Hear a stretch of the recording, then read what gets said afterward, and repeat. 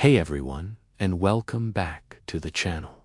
Today, we re-tackling a dish that sounds simple but can be surprisingly tricky to get just right: the perfect roast potato.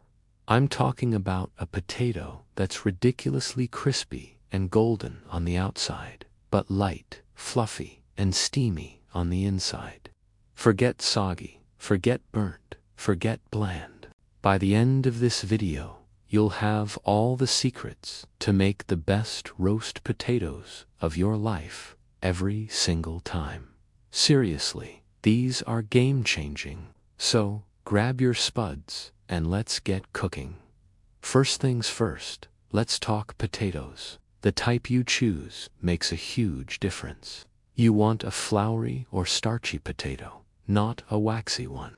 Varieties like Maris Piper, King Edward, or russets are absolutely perfect for roasting. They have a lower water content and a higher starch content, which is the magic combination for that fluffy interior and super crispy exterior. Waxy potatoes, like new potatoes, are great for salads or boiling because they hold their shape, but for roasting, they just won't give you that desirable texture. So, rule number 1. Pick a floury potato. For a good family-sized portion, you'll want about 2 to 3 pounds, or around 1 kilogram, of potatoes. The first step is to peel them.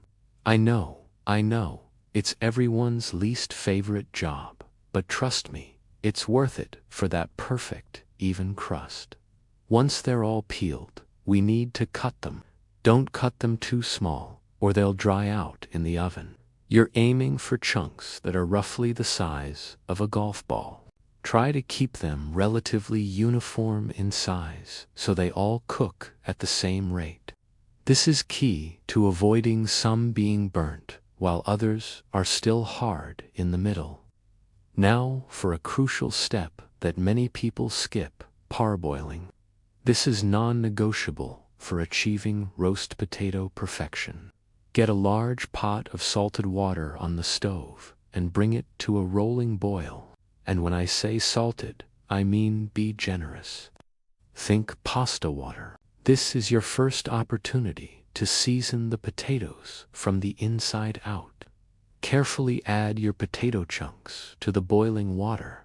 We're not trying to cook them all the way through, just to soften the outside. Let them boil for about 7 to 10 minutes. You'll know they're ready when a knife can just pierce the outside, but you still feel some resistance in the center. Once they're done, drain them really well in a colander. And here's the secret to creating that amazing, crispy, craggy surface. Let them sit in the colander for a few minutes to steam dry. All that surface moisture needs to evaporate. If they're wet when they go in the fat, they'll steam instead of roast, and you'll end up with a soggy potato. After they've steamed dry, give the colander a good shake. Be a bit rough with them. This fluffs up the edges and creates tons of little nooks and crannies. All those roughed up surfaces are what will catch the fat and turn into incredibly crispy, crunchy bits. This is the texture we're after. While your potatoes are parboiling and drying, it's time to prep your fat and your oven. Preheat your oven to a high temperature, around 400 degrees Fahrenheit or 200 degrees Celsius. You need a hot oven to get that initial sizzle. Now, for the fat. You have a few options here. Goose fat or duck fat will give you the most incredible flavor and color. It's the traditional choice for a reason.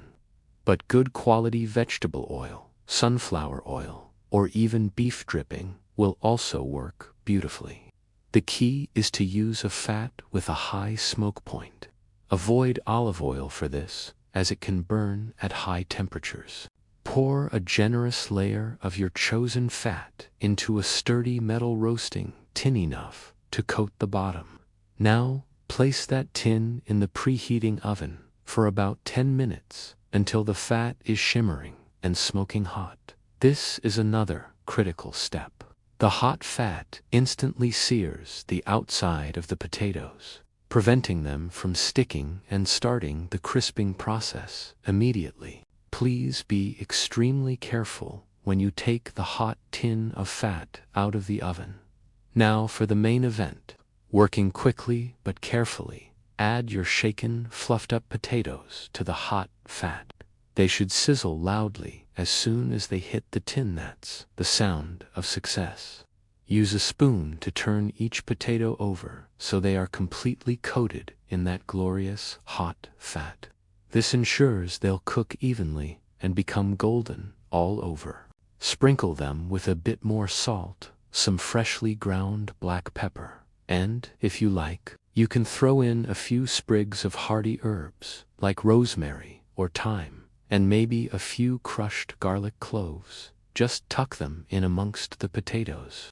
Now, put the tin back into the hot oven. The roasting process will take anywhere from 45 minutes to an hour, depending on the size of your potatoes and your oven's personality. The key is to turn them every 20 minutes or so. This helps them to brown evenly on all sides and stops them from sticking to the bottom of the tin. Don't be shy, get in there with a spatula and give them a good turn. Each time you do, they should be looking more golden and more delicious. After about 45 minutes, check on them. They should be looking deep golden brown, incredibly crisp, and sound crunchy when you tap them with a spoon. If they're not quite there yet, give them another 10 or 15 minutes. You're looking for that perfect color and texture.